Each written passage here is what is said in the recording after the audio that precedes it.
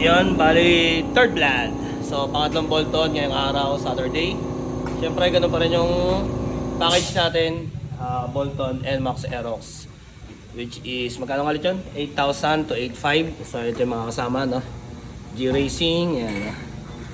Siyempre MTN valve spring,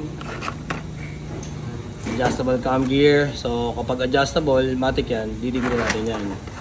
Alright. Siyempre, asan yung cams natin? And then DMRS cams, siyempre. So papalit na rin tayo ng bearing. So hindi kasama to, no? Medyo special kasi yung gamit natin. MTN bearing. And then papalit tayo ng valve seal. Alright. Base.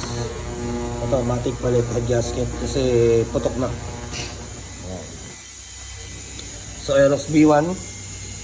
Medyo dish type yung piston. Tanungin natin si Bossing kung gusto niya ng palitan yung piston. Pang BK6, NMAX B2 or R15 para medyo gumanda-ganda yung compression. So tanong natin, no? Kaya dito talaga pag nagpa-Bolton hindi wala tayong fixed price mga kadegs. So yung package lang ang maibibigay ko fixed price about dun sa head. Alright? Brute. And then syempre ayun, kahit walang singawan, i-make sure natin na assign pa rin yung valvula, no?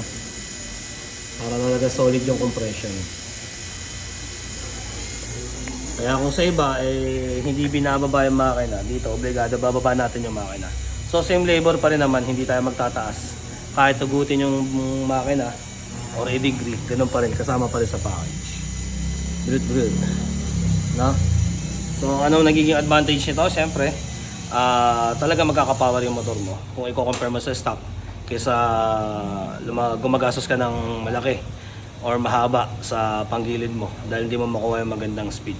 So kailangan mo na sa engine ka na mag-upgrade. So ito yung pinaka basic na upgrade, yung bolt-on. Kung ayaw nyo magkarga, ito yung pinaka basic. Ito yung kumbaga yung step 1 para medyo tumulin ang stock engine nyo, no? So kaya sa mga gusto magpa-bolt-on, Google Map nyo lang, Dokmoto, DMRS, Balatonda, Manila. So ito, meron pa tayo isang engine dito. Bubuin na rin natin yan. Ito, puro galing bolt-on yan.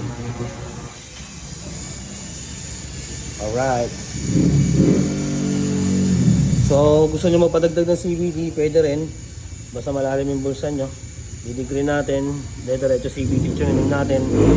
Basta make sure laging may extra budget para mas tumira ng maganda yung bubuin natin bolt. Alright? So yun lang mga ka-Jexki. Brute.